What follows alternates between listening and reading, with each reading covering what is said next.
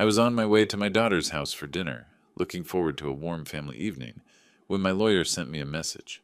Call me urgently. My heart skipped a beat. I dialed the number, and what he told me about my daughter shocked me. You won't believe what she wanted to do. Before we continue, please subscribe to the channel, and write in the comments what time it is where you are now. My hands were steady on the quarterly reports when my phone buzzed. The screen lit up with Michael's name. Call me immediately. Emergency regarding Etta. MR. The pen slipped from my fingers. 30 years of building Hansen Tech, and I'd never seen Michael Reed write emergency about family. I dialed before the screen went dark. Wiley? His voice was professional steel. I need to warn you. Etta filed a lawsuit. She wants you declared incompetent to run Hansen Tech. The words hit like ice water. What are you saying? That's impossible. She's my daughter. She has a group of shareholders. They claim you've lost your edge due to emotional instability. I dropped into my chair. Through the floor-to-ceiling windows, Seattle's skyline blurred. The same view I'd watched for decades while building this company. For her. How much time does she have? Hearing in 1 week. We need to act fast. My mouth went dry. 1 week? Wiley, she's been preparing this for months. The documentation is extensive. Financial records showing supposedly erratic decisions. Testimonies from board meetings. I stood pacing between my desk and the window. Rain streaked the glass like tears I couldn't shed. What testimonies? Claims about emotional outbursts. Questionable strategic choices. They're painting you as a man losing control. That's absurd. But even as I said it, doubt crept in. Had I shown too much passion in recent meetings? Defended old strategies too fiercely? I know it is. But they have paperwork, Wiley. Lots of it. The office felt smaller suddenly. Awards lining the walls. Photos of groundbreaking ceremonies. All meaningless if my own daughter could take it away. Who else knows? The filing is sealed for now, but the shareholders she's recruited, James Corbin, Patricia Wheeler, 3 others, they're meeting tomorrow. I gripped the phone tighter. She recruited them, with promises of higher dividends under new leadership, her leadership. The betrayal cut deeper than any business loss I'd faced. Etta, my brilliant, ambitious daughter, the one I'd groomed to eventually take over, but not like this, never like this. What do you need from me? Everything. Financial records, medical documentation proving your competence, character witnesses. We're building a defense from scratch in 7 days. I closed my eyes.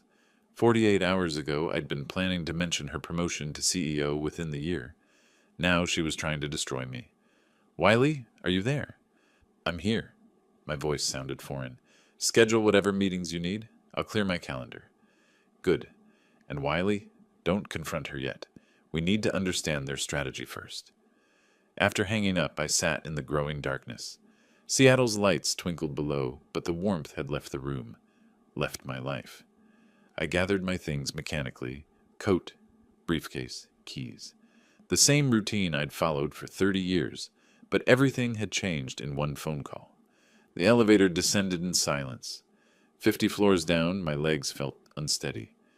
In the parking garage, I sat in my car for 10 minutes, hands on the steering wheel, trying to make sense of it. Etta was having dinner with her family tonight, our weekly tradition. Should I go? Pretend nothing had happened? The thought of sitting across from her, making small talk while she planned my destruction. But maybe I needed to see her face, study her expressions, understand who my daughter had become. I started the engine and pulled into Seattle's evening traffic, heading toward Bellevue, toward answers I wasn't sure I wanted to find. Etta's front door opened before I could knock. She stood there in her cream sweater, smile perfectly calibrated. Dad, right on time. Her hug felt rehearsed. Come in, it's freezing out there. I studied her face for cracks in the mask, found none. Sophie's been asking about Grandpa all day. Etta led me through the foyer. She drew you another picture. The house smelled like roasted chicken and lies. I followed her into the open kitchen where Trevor was setting the table. He looked up with nervous energy. Wiley, good to see you. His handshake lingered too long. Can I get you a drink? Wine? Something stronger? Wine's fine. I watched Etta move around the kitchen. Efficient. Controlled. The same way she handled board meetings. Sophie bounded in wearing paint-stained overalls. "Grandpa!" I lifted her easily, grateful for something genuine in this house of pretense. "What's this I hear about a picture?" "It's us at the office. See, that's you at your big desk, and that's me in the spinning chair." She thrust a crayon drawing at me. Stick figures in what resembled Hansen Tech's logo colors. Innocent, trusting. Everything her mother wasn't. "It's beautiful, sweetheart." I kissed her forehead, catching Etta watching us. Something flickered across her expression. Guilt? Calculation? "Sophie, wash your hands for dinner," Trevor said, his voice too bright. Etta moved between stove and counter with practiced efficiency. "Dad, you look tired. Maybe you should rest more?" The loaded question. I met her eyes. "Work keeps me sharp. By the way, how are things in the finance department?" She paused, wooden spoon halfway to her mouth for tasting. "Let's not talk about work at dinner." "Since when?" I kept my tone light. "You usually love discussing quarterly projections." "Not tonight." She turned back to the stove. "Family time is sacred." Sacred. Like loyalty used to be. Trevor cleared his throat. "Sophie drew that picture during her art time today. She's been talking about visiting the office again." "Maybe next week?" I said, wondering if I'd still have an office next week. Sophie climbed into her booster seat. "Grandpa, can you tell the story about the first computer?" "Which story, sweetheart?" "When you built the company in the garage." I glanced at Etta. She was slicing chicken with surgical precision. "That was before your mommy was born. We had nothing but ideas and determination." "And Grandma Elna helped?" Sophie added. The knife paused. Etta's shoulders tensed. "Yes," I said softly. "Grandma Elna helped with everything." Silence stretched. Trevor filled it by turning on background music, something classical and safe. Dinner proceeded with artificial normalcy. Sophie chattered about preschool. Trevor discussed his latest architectural project.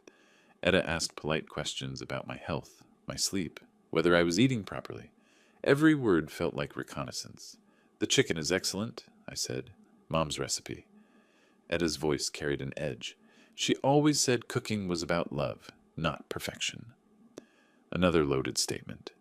Elna had said that, usually while trying to get me to spend less time at the office. She was wise about many things. Yes, she was. Etta's fork clicked against her plate. She understood priorities. The accusation hung in the air. Sophie looked between us, sensing the undercurrent. "Grandpa, why are you sad?" Out of the mouths of babes. "I'm not sad, sweetheart. Just thinking." "About what?" "About how much I love our family dinners." Etta's eyes met mine across the table. For a moment, I saw the little girl who used to wait by the window for me to come home. But the moment passed. "More wine?" Trevor asked, already reaching for the bottle. The evening crawled forward. Dessert, coffee, Sophie showing me her latest drawings, normal family rituals masking extraordinary betrayal. At 8:15, I stood to leave. "Thank you for dinner. As always, it was perfect." Etta walked me to the door. "Dad, are you sure you're okay? You seem different tonight." I studied her face. The concern looked genuine. Maybe it was. Maybe she'd convinced herself this was for my own good. "I'm fine, sweetheart. Just reflecting on how much Hansen Tech means to me, to our family." Something shifted in her expression. Guard going up. "Drive safely. The roads are slick tonight." I kissed her cheek. She didn't pull away, but she didn't lean into it either. "Good night, Etta." "Good night, Dad." The door closed behind me with a soft click. I stood on her front steps, rain beginning to fall again. Through the window I could see her clearing dishes, moving efficiently, methodically, planning my destruction. I parked overlooking Lake Union, city lights reflecting off the black water. My hand shook as I dialed Michael again. "Wiley, how did dinner go?" "Like a performance. She knows how to act concerned while stabbing me in the back." Rain drummed on the windshield. "Tell me everything." "She's been preparing for 6 months. She has records of your emotional outbursts at meetings." "What outbursts?" "I've always controlled myself." "The Anderson acquisition meeting. When you rejected their lowball offer, apparently you raised your voice. She documented it as irrational anger threatening company relationships." I remembered that meeting. I'd been passionate, not angry. There was a difference. What else? "Financial decisions she's labeled as Sentiment over strategy, the charity partnership with Elena's foundation, the employee retention program, things that cost money but weren't strictly profitable. My throat tightened. Those were good decisions. I know, but she's framing them as emotional choices rather than business logic. I started the engine, needing to move. What's her timeline? Hearing next Friday. If she wins, she gets temporary control while you undergo psychological evaluation. And if I refuse, the shareholders can vote you out anyway. She's got enough backing. I drove through empty Seattle streets, processing the scope of her betrayal. Not just attacking me, but dismantling everything I'd built with careful precision. At home, I climbed to my study. 30 years of memories lined the walls. Awards, photos, the detritus of a successful life. I opened my safe and pulled out Elena's letters, the ones she'd written during her final months, when she knew she was dying, when she'd tried to warn me about priorities. Wiley, Etta needs your attention more than the company does. She thinks you don't love her. I dismissed Elena's concerns then. Etta was successful, independent, thriving. How could she doubt my love? But doubt, apparently, had festered into something darker. I found the folder marked Etta Personal. School records, report cards, photos from company events where she'd stood beside me, proud and eager. When had that pride curdled into resentment? My computer chimed with an encrypted email from Michael. Legal documents. Etta's formal complaint, dense with accusations and medical recommendations. Subject displays increasing emotional volatility and attachment to outdated business practices. His refusal to embrace modern corporate strategies suggests diminished cognitive flexibility consistent with early-stage dementia or depression following spousal loss. Depression following spousal loss. They were using Elena's death against me, using my grief as evidence of incompetence. I poured 3 fingers of scotch and kept reading. Character witnesses who'd testified to my declining judgment. Financial analysts who'd argue my decisions were emotionally driven. Medical experts prepared to suggest I needed compassionate intervention. A full-scale character assassination wrapped in concern for my well-being. The brilliance was undeniable and painful. At 1 a.m., I closed the laptop and sat in darkness. Rain continued against the windows. The house felt enormous and empty. Elena's photograph watched from my desk. She'd known this day would come, had tried to prevent it. She doesn't understand why you love the company more than her. But I didn't love the company more. I'd built it for her, for our family's future. Every late night, every missed dinner, every sacrifice had been for them. Somehow I'd failed to communicate that. Failed to show Etta that my ambition was love, expressed in the only language I knew. Now she was speaking a different language, the language of corporate warfare, and she'd learned it well. Too well. I opened my phone and started typing notes, names of allies, potential strategies, ways to prove my competence while dismantling her case. If Etta wanted a war, she'd get one, but she'd underestimated her opponent. I hadn't built Hansen Tech by surrendering to superior forces. I'd built it by outthinking them. Dawn was still hours away, but I felt something stirring. Not just anger or hurt. Strategy. Purpose. My daughter had declared war on everything I'd built. Everything I was. Time to remind her who taught her how to fight. The elevator climbed toward Steve's floor with deliberate precision. I shifted the briefcase containing 2 weeks of evidence. Time to stop playing defense. Steve Wilson's corner office occupied the same building as mine, 3 floors down. Same view of Lake Union. Different perspective on everything else. His assistant waved me through. "He's expecting you, Mr. Hansen." Steve looked up from quarterly projections, reading glasses perched on his nose. 60 years of friendship in those familiar blue eyes. "Wiley, perfect timing. I was just reviewing the... We need to talk." I set the briefcase on his conference table with a deliberate thud. "Close the door." Something in my tone made him move quickly. The door clicked shut.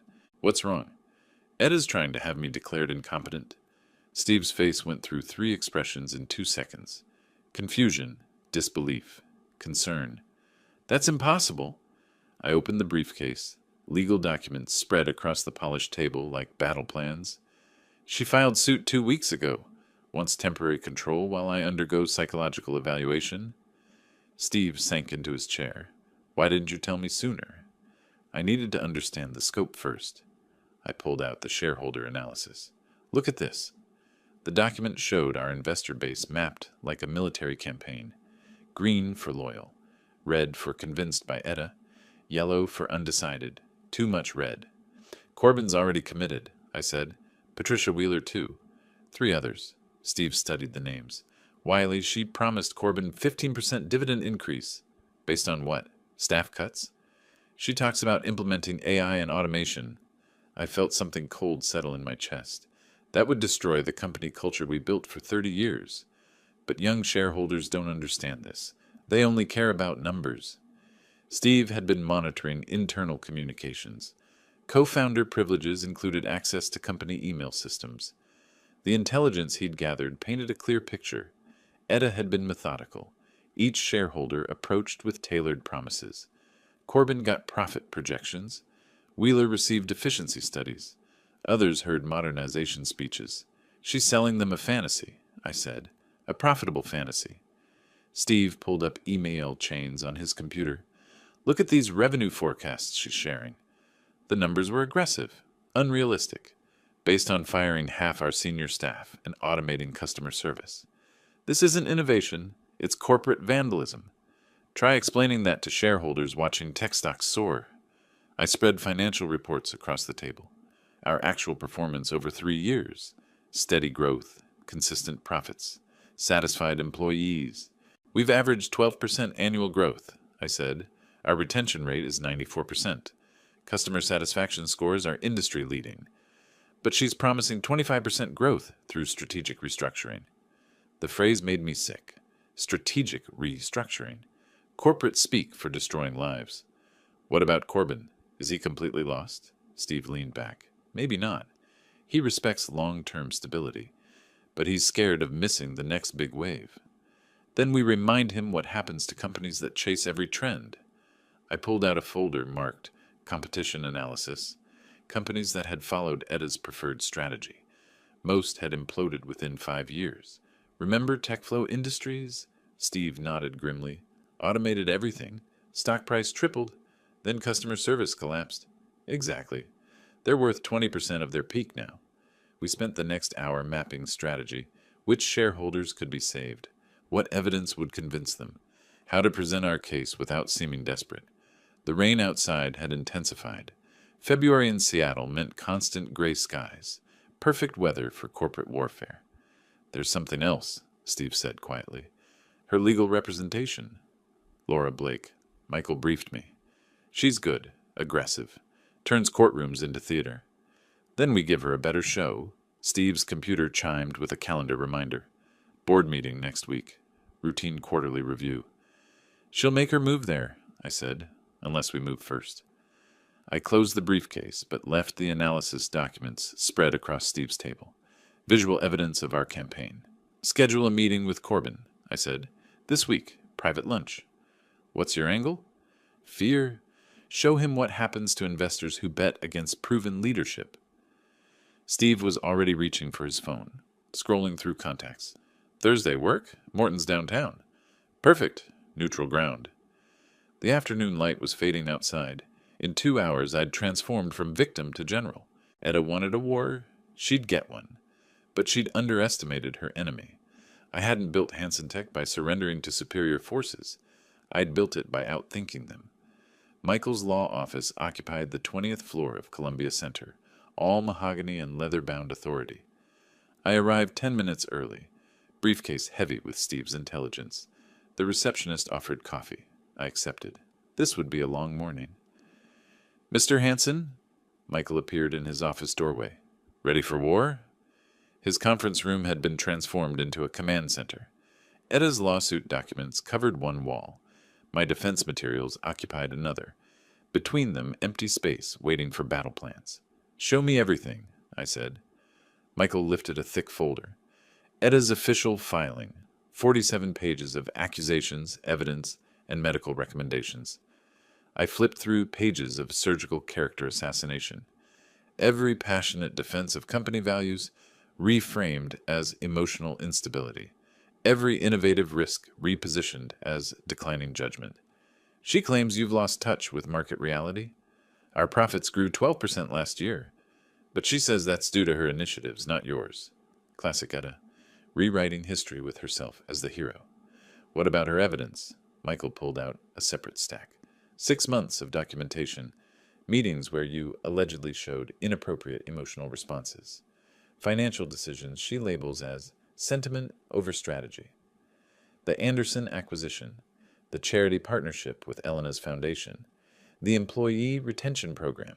All good decisions, all profitable in the long term, all dismissed as emotional weakness. And her legal representation? Laura Blake. Michael's expression darkened. 38 wins in 42 competency hearings. She specializes in family business disputes. Meaning? She knows how to make loving fathers look like declining patriarchs. I studied Blake's photograph on Michael's computer. Sharp features, predatory smile, woman who'd built a career on destroying family legacies. Laura Blake is known for turning court sessions into theater. Then we write a better script?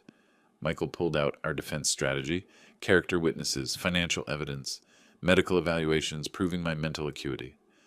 I've scheduled cognitive assessments with 3 independent doctors. Blood work, psychological evaluation, complete physical. Overkill? Necessary. Blake will question your competence from every angle. The irony was bitter. At 62, I was sharper than most men half my age. But Etta had weaponized my grief over Elena's death. She's claiming delayed trauma response? Emotional deterioration following spousal loss, manifesting in poor business judgment and increased volatility. Using Elena's memory against me, the calculation was breathtaking. What's our counter strategy? Michael smiled for the first time that morning. Turn her greatest strength into weakness. He spread out our own evidence. Etta's promises to shareholders, unrealistic financial projections, email chains showing her 6-month deception campaign. We're filing a countersuit. For what? Breach of fiduciary duty, conspiracy to defraud shareholders, intentional infliction of emotional distress. The last charge felt personal, which it was. Will it work? It'll force her to defend her own actions instead of just attacking yours. Michael produced a formal document, our counter lawsuit. 23 pages of legal accusations wrapped in corporate language. She'll be furious. Good. Angry people make mistakes. I signed the papers with steady hands. No trembling now, just cold determination. When do we file? Today. Blake will have it by 5 p.m. The rain outside had turned to sleet. February in Seattle was always brutal. Perfect weather for legal warfare. One more thing, Michael said. The hearing date. March 15th. 3 weeks, I calculated rapidly. Enough time to prepare witnesses? If we move fast. Michael's assistant knocked. Excuse me. Mr. Wilson is here for the 11:30 appointment. Steve entered carrying his own briefcase. The alliance was expanding. Gentlemen, he said, ready to save our company. The 3 of us stood around the conference table looking at evidence of family betrayal spread across polished mahogany. Etta wanted to play legal games, I said. Now she gets to learn the rules. Outside, Seattle's skyline disappeared into gray mist. But inside this room, clarity was crystallizing. War had been declared. Positions had been chosen. Time to remind my daughter who taught her how to fight. I arrived 15 minutes early, choosing the table by the window overlooking the market's controlled chaos. March in Seattle brought tentative spring warmth, vendors hawking early flowers beneath cloudy skies. The coffee was bitter, appropriate. Etta appeared at 2:15 sharp, dressed in her charcoal business suit, armor for battle. She surveyed the caf before approaching, calculating exits and witnesses. Dad, she sat across from me, maintaining distance. Thank you for coming. Your message said it was important. I studied her face. She looked tired, thinner than at our last dinner. Carrying the weight of deception wasn't easy, even for her. How's Sophie? Fine. Asking about you. The words carried accusation. I was the absent grandfather, the workaholic father, the man who chose business over family. And Trevor? Busy with his projects. Her voice was carefully neutral. We were dancing around the real conversation. Two combatants testing defenses before engaging. Etta, why didn't you come to me directly? Something flickered in her expression. Surprise? Guilt? About what? Still maintaining the lie. Impressive. About your concerns, your ideas for the company, your plans. When I tried, you were always busy with the company. There it was, the heart of everything. I built this for you. Her laugh was bitter. No, Dad. You built it for yourself. I was just an addition. The accusation hit like a physical blow. That's not true. Isn't it? She leaned forward, anger breaking through careful control. Every family dinner interrupted by business calls. Every vacation cut short for meetings. Every school play you missed because of board presentations. Memories flooded back. Elena's disappointed faces, Etta's resigned acceptance when I couldn't attend her college graduation ceremony. I was providing for our family. You were feeding your ego. Silence stretched between us. Market vendors called their prices outside. Normal life continuing while we dissected 35 years of accumulated hurt. I want to modernize the company, but you block all my initiatives. I want to preserve what works. What works? Her voice rose slightly. Dad, we're falling behind. Tech companies are outpacing us. Our systems are outdated. Our methods are antiquated. Our methods built something lasting, something dying. She pulled out her phone, showing me industry projections, charts and graphs that painted Hansen Tech as a dinosaur waiting for extinction. Automation could increase our efficiency by 40%. AI implementation could cut operational costs in half. Remote work options could expand our talent pool globally and eliminate half our workforce in the process. Some positions would be restructured, destroyed. I finished. You're talking about destroying lives, families, people who've given us decades of loyalty. Her jaw tightened. Business isn't about loyalty, Dad. It's about results. When did you become so cold? When I realized sentiment doesn't pay dividends. The words hung between us like a blade. This wasn't my daughter speaking. This was someone else entirely. Who taught you that? You did. She met my eyes directly. Every time you chose the company over us. Every time you proved that success mattered more than people. I felt something break inside my chest. Not anger, not betrayal, understanding. You never meant a lot of things, Dad. She gathered her phone and purse. But intentions don't change results. Etta, wait. She stood, looking down at me with Elena's eyes in a stranger's face. I'm not the little girl waiting by the window anymore. I don't need your approval. I don't need your permission. And I don't need your company. But you want it. I want to save it. From you. She turned and walked toward the exit, heels clicking against hardwood floors. At the doorway, she paused. Give Sophie my love. Then she was gone, disappearing into the market crowd. I sat alone with cold coffee and colder understanding. My daughter wasn't just taking my company. She was taking revenge for 35 years of perceived neglect. And maybe she was right. The courthouse steps were slick with morning rain. I climbed them slowly, briefcase in hand, watching Etta's legal team arrange themselves like predators. Laura Blake stood at their center, sharp suit gleaming under gray Seattle skies. Etta wore navy blue, conservative, competent, the dutiful daughter protecting family assets from a declining patriarch. She didn't meet my eyes. Inside, the courtroom buzzed with quiet energy. Shareholders filled the gallery. Business reporters, curious attorneys drawn by family drama played out in public. Michael touched my arm. Remember, stay calm. Answer clearly. Judge Harrison called court to order. 70 years old, silver hair, reputation for no-nonsense proceedings. Case number 2025-347, Hansen versus Hansen Tech Incorporated. Laura Blake rose like a striking snake. Your Honor, this case concerns an aging executive whose judgment has become compromised by grief and stubbornness. She walked toward the jury box, gesturing elegantly. Performance art masquerading as legal argument. Mr. Hansen has lost the ability to make rational decisions. His emotional attachment to outdated business practices threatens shareholder value and employee security. Documents flew across the screen. Financial charts, meeting transcripts, 6 months of carefully curated evidence. The plaintiff, Ms. Etta Hanson Miller, seeks temporary guardianship to protect the company her father built from his own declining capabilities. Blake's voice carried across the courtroom like honey-coated poison, professional, persuasive, deadly. Then Etta took the witness stand, my daughter, my brilliant, ambitious daughter, sworn in under oath to destroy me. Ms. Hanson Miller, Blake began softly, please describe your father's recent behavior. My father is guided by emotions, not business logic. Etta's voice stayed steady. He makes decisions based on personal feelings rather than financial data. Can you provide examples? The charity partnership with my mother's foundation. It costs us $200,000 annually with no measurable return. When I suggested redirecting those funds, he became agitated. Agitated. Elena's memory reduced to a line item. What about strategic planning? He refuses to consider automation or AI integration, claims it would destroy company culture. Meanwhile, our competitors gain market share through technological advancement. Blake nodded sympathetically. How has this affected company performance?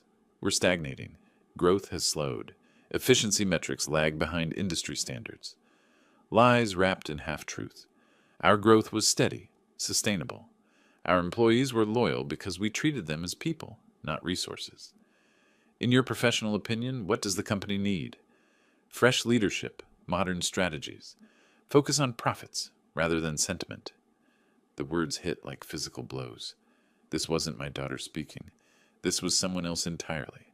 Michael's cross-examination was surgical. Ms. Hanson Miller, what was Hanson Tech's profit margin last quarter? 12%. And the quarter before? 11.7%. So under your father's supposedly incompetent leadership, profits are increasing? Short-term fluctuations don't indicate long-term viability. What about employee retention? 94% annually. Industry average? Etta hesitated. 67%. So your father maintains higher employee satisfaction than industry standard while increasing profits? Retention can indicate resistance to necessary change. Michael smiled coldly. Or exceptional leadership. Blake objected. Judge sustained. But damage was done. James Corbin testified next. Straightforward. Profit-focused. We need leadership that prioritizes shareholder value. Ms. Hanson Miller understands modern business realities. When the morning session ended, I felt drained. Watching your daughter publicly dissect your competence required a strength I didn't know I possessed. But Michael squeezed my shoulder. Phase 1 complete. Tomorrow, we fight back. Outside, Seattle's spring rain continued. Etta walked past without acknowledging me, surrounded by her legal team. My little girl, who used to wait by the window for Daddy to come home. Now she couldn't wait for me to disappear. My assistant knocked, softly. Mr. Hanson, there's something you need to see. Sarah placed a folder on my desk marked Employee Communications. Confidential. Her face was grim. Etta's been holding private meetings, promising salary increases that would bankrupt us. I opened the folder. Meeting transcripts. Email threads. 6 weeks of secret promises to key employees. 20% salary increases across engineering. 30% for department heads. Stock options that didn't exist. Where did you get this? People talk, Mr. Hanson, especially when promises sound too good to be true. Steve Wilson arrived as I was reading the worst of it. His expression matched Sarah's. We have a problem, Wiley. He dropped his own briefcase on the conference table. Etta's approaching new shareholders, pension funds, investment groups, painting you as an obstacle to explosive growth. Steve pulled out printed emails. Etta promises employees 20% salary increases. Based on what? Magic? She's telling them automation will cut costs so dramatically that massive raises are inevitable. The mathematics were impossible. Even full automation wouldn't generate enough savings for her promised increases. She's committing fraud. Gets better. Steve powered up his laptop. I've been monitoring internal communications. Found something interesting about her lawyer? Laura Blake's face appeared on screen. Professional photograph attached to a news article. Blake was sanctioned by the Bar Association 2 years ago. Suborned perjury in a similar case. Temporarily suspended from practice. My phone rang. Michael's number. Wiley, I have evidence that Laura Blake violated ethical standards. What kind of evidence? She coached Etta's testimony. Told her exactly what to say, how to phrase accusations. That's witness tampering. The pieces were falling into place. Etta's polished performance hadn't been natural confidence. It had been scripted. More importantly, Michael continued, I found financial irregularities in Etta's account management. What irregularities? Etta transferred funds between accounts without your consent. 3 separate occasions. Total amount, $847,000. The number hit like ice water. For what? Legal fees, consultant payments, campaign expenses for her takeover bid? I looked at Steve. His expression confirmed he was hearing this too. That's embezzlement. Technically, it's unauthorized use of corporate funds. But yes, it's criminal behavior. Steve leaned forward. This could change the case direction. More than change it, this could destroy her. The irony was bitter. My daughter had wanted to prove my incompetence by demonstrating her own criminal stupidity. I walked to the window, looking out at Seattle's skyline, the city where I'd built everything, where Elna had lived and died, where our family had grown and fractured. Michael, how do we present this? Carefully. We don't want to look vindictive, just competent. And Blake's ethics violations?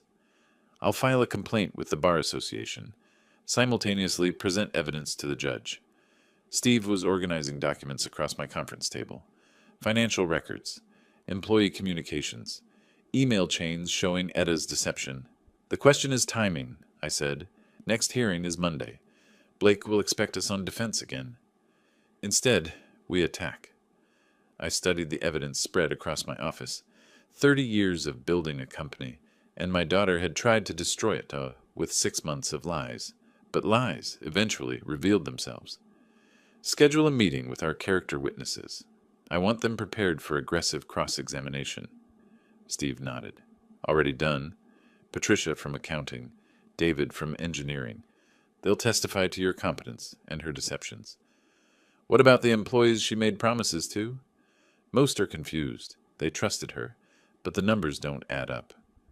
The late afternoon sun slanted through my office windows. Seattle, in April, could be beautiful when the rain stopped. I'll head home early, I said. Plan our presentation tonight. Steve gathered his documents. We've got enough ammunition to sink a battleship. Let's hope we can aim it accurately. After they left, I sat alone in my office. The silence felt different now. Not empty. Focused.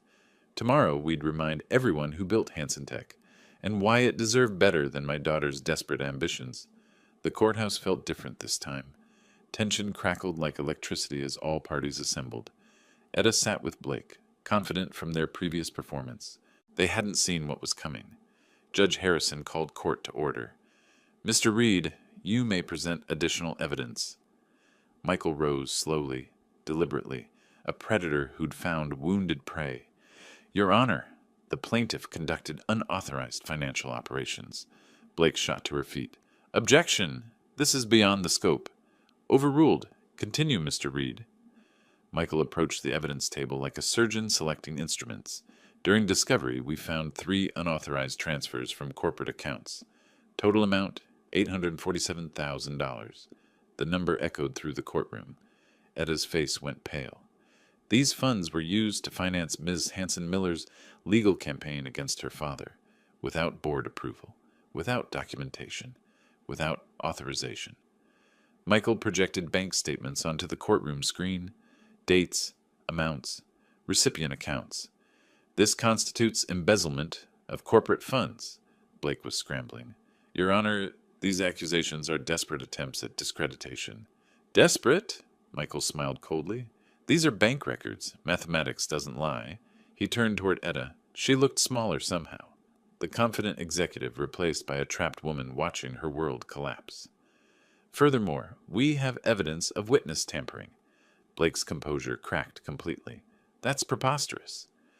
Ms. Blake coached her client's testimony, provided specific phrases, emotional cues, strategic answers. We have recordings. Judge Harrison leaned forward. Recordings? Office security cameras with audio capability. Ms. Blake's coaching sessions were inadvertently recorded during building security sweeps. The judge's expression darkened. I want those recordings reviewed immediately. When my turn came to testify, I felt calm, centered. Ready. Mr. Hansen, Michael began formally, how long have you managed Hansen Tech? 30 years. I founded the company in 1995 with $50,000 borrowed against my house. Current annual revenue? $247 million. Net profit? $29.6 million. Employee count? 2,047. Have you been declared incompetent by any medical professional? No. I underwent comprehensive evaluation last month. Cognitive function tests, psychological assessment, physical examination. All results were normal for my age. Michael presented my medical reports. Clean bills of health from 3 independent doctors. In your professional opinion, why is your daughter pursuing this legal action? I looked at Etta. She was staring at her hands, unable to meet my eyes. She believes I've prioritized company culture over maximum profits. She wants to implement automation and cost-cutting measures that would eliminate jobs and reduce employee benefits. Is profit maximization always the correct business strategy? No. Sustainable growth requires balancing profitability with employee satisfaction, customer loyalty, and community responsibility. How has this philosophy affected company performance? We've maintained consistent growth for 30 years. Employee retention exceeds industry standards. Customer satisfaction scores remain in the 95th percentile. Michael nodded. I've managed this company for 30 years and know every number, every employee, every strategic decision. My daughter wants to sacrifice long-term stability for short-term gains. Blake's cross-examination was desperate. Mr. Hansen, isn't it true that you've resisted modernization? I've resisted reckless change. Technology serves business goals, not the reverse. Your daughter claims you're emotionally unstable. My daughter is young and impatient. She confuses passion with instability, conviction with stubbornness. She says you make decisions based on sentiment. I make decisions based on experience. 30 years of building something lasting. Blake kept attacking, but her arrows were missing their target. The evidence was overwhelming. Etta had overplayed her hand spectacularly. When Corbin testified again, his confidence had evaporated. I may have been overly optimistic about projected returns. Are you still supporting Ms. Hansen-Miller's leadership bid? Long pause. I'm reconsidering my position. Blake's closing argument sounded hollow. Despite these allegations, the core issue remains. Mr. Hansen's resistance to necessary modernization. But Michael's response was surgical. The core issue is whether a daughter can steal her father's company through lies, embezzlement, and witness tampering. Judge Harrison's face was granite. Order in the court. Given the serious allegations of financial misconduct and potential ethics violations, this case requires additional review. Etta finally looked at me. Her eyes were Elna's eyes, filled with confusion and fear. The court will reconvene in 1 week for final decision. As the courtroom emptied, Etta approached slowly. Dad? For a moment, she looked like the little girl who used to ask for bedtime stories. I never meant for it to go this far. But it did, sweetheart. It did.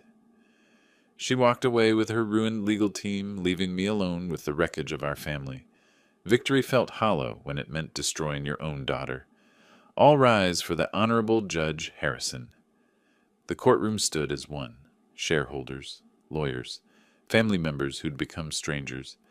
I felt Steve's reassuring presence beside me as the judge entered with the weight of decision. Judge Harrison settled behind his bench, papers arranged with judicial precision. Please be seated. The silence was absolute. 3 months of family warfare reduced to this moment. In the matter of Hansen versus Hansen Tech Incorporated, I have reached my decision. My heart hammered against my ribs. Across the aisle, Etta sat rigid in her chair, Laura Blake's hand on her shoulder. After reviewing all evidence, testimony, and documentation, the court finds no grounds for declaring Mr. Hansen incompetent to manage his business affairs. Relief flooded through me like warm water, but it felt hollow. Furthermore, the evidence of financial irregularities and potential witness tampering raises serious concerns about the plaintiff's conduct. Etta's shoulders sagged. The fight went out of her completely. The case is dismissed. Mr. Hansen retains full control of Hansen Tech Corporation. Steve leaned forward. Justice has prevailed. But justice felt cold when it meant destroying your daughter. Michael shook my hand professionally. Congratulations, Wiley. Your competency has been vindicated. Vindicated. The word tasted bitter. Across the courtroom, James Corbin was already moving toward us, opportunistic as always. Mr. Hanson, I want to express my full confidence in your continued leadership. Yesterday he was backing Etta's revolution. Today he was my loyal supporter. Of course, James. Business as usual. Laura Blake gathered her papers with mechanical precision. Her career had taken a significant blow. Etta sat motionless, staring at her hands. The courtroom began emptying. Reporters scribbled notes. Shareholders whispered strategies. Normal people returning to normal lives after watching a family tear itself apart. But I couldn't move. Victory should feel better than this. Steve touched my arm. You did what you had to do. Did I? Or did I just prove Etta right about my priorities? You protected what you built. What we built. The company was safe. My reputation intact. The shareholders reassured. Everything I'd fought for preserved, except my relationship with my daughter. Etta stood slowly, gathering her purse. Trevor waited by the courtroom doors, relief evident on his face. The ordeal was over for him, too. But she looked so small, so defeated. I made a decision that surprised even me. Etta, she turned, eyes red-rimmed but dry. No tears left. Dad, this doesn't have to be the end of our story. Something flickered in her expression. Hope? Fear? I lost everything.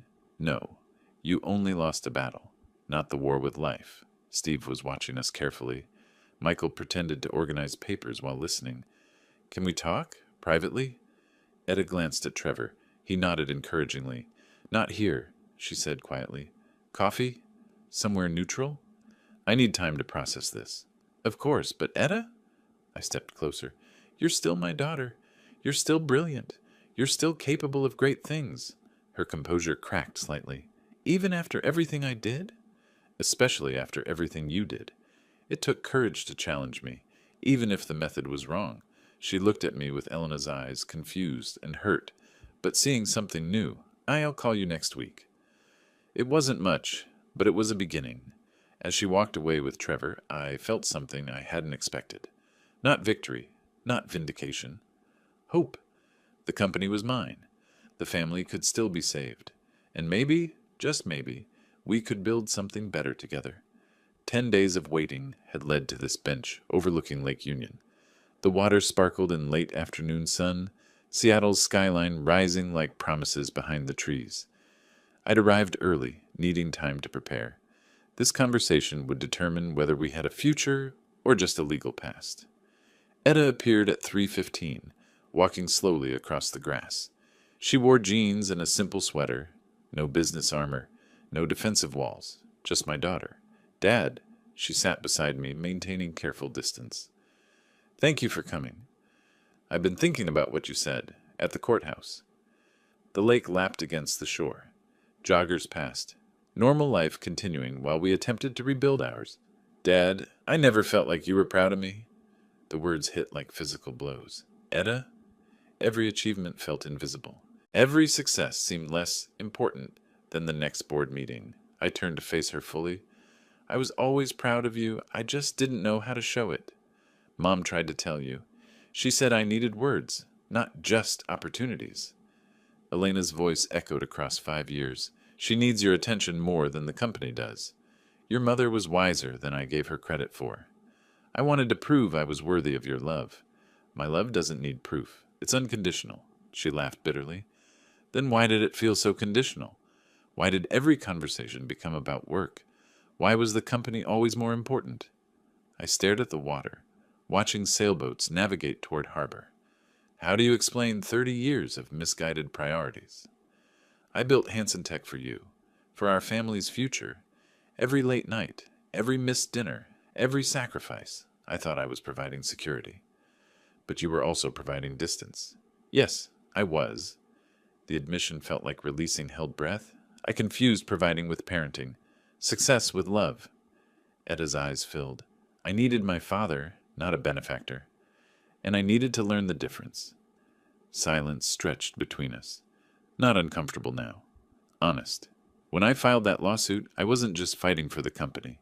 I was fighting for recognition, for validation that I mattered to you. You've always mattered. I just showed it poorly. She wiped her eyes with the back of her hand. I nearly destroyed everything. No, you nearly saved us. How can you say that? I embezzled money. I lied to shareholders. I tried to have you declared incompetent. You forced honesty. You made us confront what was broken. The lake reflected afternoon clouds. Seattle in late spring felt full of possibility. What happens now? She asked. That depends. Do you still want to modernize the company? You'd trust me with that? What do you say about shared leadership? Etta stared at me. Are you ready to trust me with part of the company? I'm ready to trust you with the future of the company. Her breath caught, meaning, co-CEOs, your innovation, my experience, partnership instead of war. You'd do that after everything? Because of everything. You were right about modernization. I was right about culture. Together we could build something Elena would be proud of. Etta stood, pacing to the water's edge. I watched her process the proposal, seeing Elena's thoughtfulness in her movements. Full partnership? Equal authority? Equal authority. Shared responsibility. Father-daughter leadership team. She turned back. What about the board? Steve's already supportive. The shareholders want stability and growth. We can provide both. And the employees? They'll respect the Hanson name, both of us. She walked back, sitting closer this time. I have conditions. Name them. Full transparency. No decisions without consultation. Modern technology implementation. Employee profit-sharing program. Agreed. My conditions. Maintaining company culture. Gradual changes, not revolutionary. Family time protected. Family time? Weekly dinners. No business talk during Sophie's bedtime stories. Elena's foundation continues. Etta smiled for the first time in months. Deal. I extended my hand. Partners? She shook it firmly. Partners. Then she surprised me by leaning forward, hugging me tightly. I love you, Dad. I love you too, sweetheart. I always have. We held each other by Lake Union as the afternoon faded, father and daughter becoming something new. Business partners, family, future. The kitchen smelled like Elena's favorite recipe. Etta moved between stove and counter with practiced efficiency, but tonight felt different. Celebration was in every gesture. Dad, I prepared your favorite dish. I arrived carrying a wrapped package and my grandfather's smile. Something smells like your mother's cooking. Same recipe. Same love. The table was set formally but warmly. Candles, good china, the kind of attention reserved for special occasions. Sophie bounded into the room wearing a dress with paint stains. Grandpa? Sophie, Grandpa brought you something special. I handed her the wrapped package. She tore through paper with 4-year-old enthusiasm, revealing a miniature business suit. For when you're ready to run Hanson Tech. Sophie giggled, holding the tiny jacket against herself. Will I be the boss? Someday, sweetheart. Someday you might be. Trevor emerged from his office, architectural plans tucked under his arm. I'm glad we're one family again. So am I. I meant it completely. Dinner conversation flowed naturally. Sophie chattered about preschool. Trevor discussed his latest project, a children's museum downtown. Etta shared preliminary plans for Hanson Tech's technological modernization. Gradual implementation, she emphasized, respecting existing staff while improving efficiency. The best of both worlds, I agreed. After dessert, Etta produced a manila folder. Ready to make this official? The partnership agreement was elegant in its simplicity. Shared authority, complementary responsibilities, dispute resolution protocols. Everything two stubborn business leaders needed to work together. Sophie, are you not sad anymore? I looked down at my granddaughter, who was observing us with childlike wisdom. No, sweetheart. Now Grandpa is happy.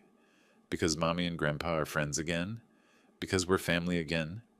I signed the documents with steady hands. Etta followed, her signature bold and confident. Trevor produced champagne from the refrigerator. I thought we might celebrate.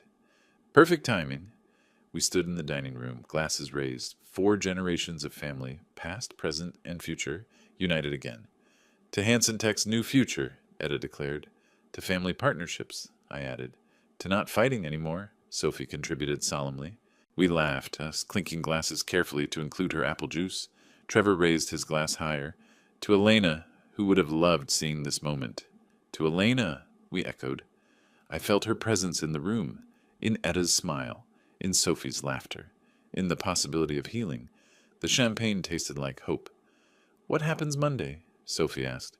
"Monday, Mommy and Grandpa go to work together," Etta explained. "Like a team?" "Exactly like a team." I picked up Sophie, spinning her gently. "The best team in Seattle." Outside, summer was beginning. Long days, warm nights, new possibilities. Inside, we were beginning too. Not the same family we'd been before the war. Something better. Something honest. As evening deepened, we moved to the living room. Sophie showed me her latest drawings. Etta and Trevor planned next week's schedule. Simple domestic moments that felt profound after months of legal warfare. At 8:30, I prepared to leave. Arms full of Sophie's artwork, heart full of possibility. "See you Monday, partner," Etta said. "See you Monday, daughter." The drive home took me through Seattle's familiar streets, past Hansen Tech Tower, past the courthouse where we'd fought, past Pike Place Market where truth had first emerged, all of it leading to tomorrow, to partnership, to family, to the future Elena had always envisioned for us. I parked in my Capitol Hill driveway and sat for a moment, looking at Sophie's drawings. Stick figures labeled Grandpa and Mommy, working together at big desks. A 4-year-old's vision of harmony. Perfect business plan. If you like this story, please like this video, subscribe to the channel, and share your impressions of this story in the comments. To listen to the next story, click on the box on the left. Thank you for watching.